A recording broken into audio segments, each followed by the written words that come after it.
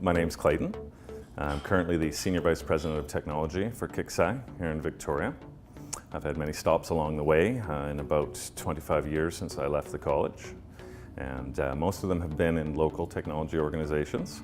A bit of a rabid technology entrepreneur in our fine city.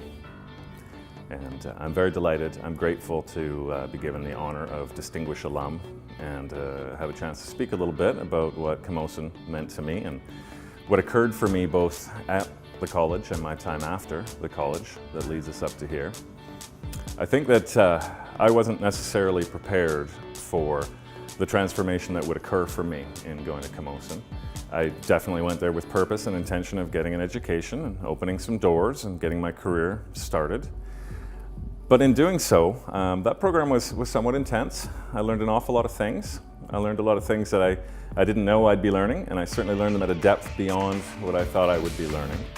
And when I left the place, I was really given a gift in that I had learned how many things I could do and how thorough I could be in some of the domains that we explored in that engineering program. And that really set me up to take a long look at my limits as I entered the business world and entered my career for real with some education under my belt at what I could and couldn't do. And I was set up in a way that my limits were really for me to set. The things that I was able to accomplish at the college showed me that I can accomplish pretty much whatever I put my hand to in the business world.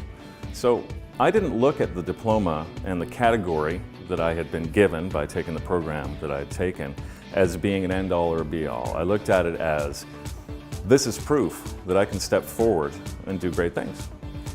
Since I left the college, I've had the great fortune to be involved in a lot of different business verticals and build a lot of great technology with a lot of folks, many of whom were local people from Camosun as well.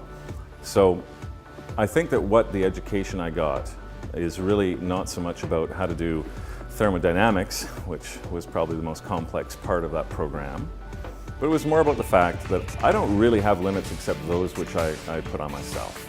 And I've moved on, I've had the great opportunity to work in a variety of businesses, small, new ones that we started and large ones, and certainly a lot of opportunities to bring in other companies from the United States and set up bastions here. And that's very important to me. The economy here is really based on what we do in technology and the businesses we put forward. And had I been thinking about specifics and certain things that I wanted to follow in my engineering career, I wouldn't have looked further afield. I wouldn't have looked past the fence to what I might do.